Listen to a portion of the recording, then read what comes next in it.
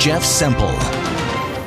Good evening and thank you for joining us. The race to replace Andrew Scheer as Conservative Party leader has now reached the finish line. All of the ballots are in and the victor will be announced tomorrow. 4 candidates are vying for that top job: Derek Sloane, Erin O'Toole, Peter Mckay and Leslyn Lewis. But we won't know the winner until all the votes are counted. And here's a look at the vault where those ballots are being stored. More than 174,000 votes were cast. That is a new Canadian record for the election of any federal party leader. All votes were mailed in because of COVID-19. And as the Liberal government grapples with the fallout from the We Charity controversy and with Parliament prorogued until September, a new poll reveals that Canadians could be swayed by a new Conservative leader. Ipsos polling, done exclusively for Global News, found 49% of Canadians say they may consider voting for the Conservative Party with a new leader. Of the candidates, Peter Mckay was the most popular with 39% support, followed closely by Erin O'Toole at 35%, with Derek Sloane and Leslyn Lewis at 31% and 30% respectively. Abigail Bimman takes a closer look at the 4 candidates for the Conservatives' top job and their chances of becoming the next Prime Minister.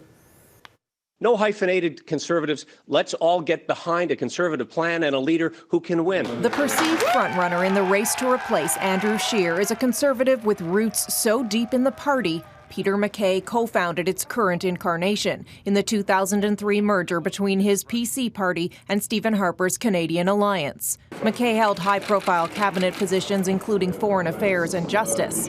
The Nova Scotian left politics in 2015 and went back to practicing law. The Canadian public is prepared to look at him as a potential prime minister, but the interesting thing to me is that he doesn't have a really big lead over his biggest alternatives. So all of the candidates, all 4 of them, do 30% or better with the Canadian population in terms of approvals. Erin O'Toole was also a Harper cabinet minister of Veterans Affairs. The Greater Toronto Area MP spent 12 years in the Royal Canadian Air Force and worked as a lawyer. Canadians know we need a serious prime minister. Again, I'm going to offer that from my business experience, cabinet experience, military experience. I'm in it for Canadians. And while O'Toole and Mckay are in the lead in both polling and fundraising, Toronto lawyer Leslyn Lewis has impressed many. I think the greatest thing that's happened to the Conservative Party in what's been a boring, slow, uneventful, unexciting race is a new potential Conservative star in Leslyn Lewis. She's the first Black woman to seek the Conservative leadership.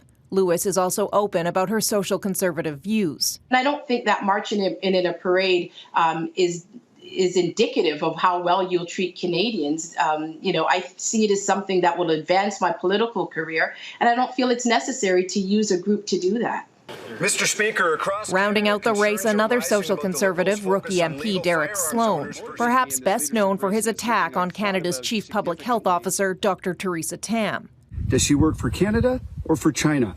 And the backdrop of the global pandemic made for an unusual race, with campaigning constraints and the final results to be announced virtually. Obviously, the COVID lockdown made it a very complicated undertaking. To be a good candidate in a general election and a good prime minister thereafter, you have to be able to adapt. Also likely due to the pandemic, Ipsos polling shows there isn't a lot of interest generally among Canadians for this race. But within the Conservative movement, there has been record-breaking turnout with close to 175,000 ballots cast by Friday's deadline. Official counting begins Sunday at 4 a.m. with results announced Sunday night.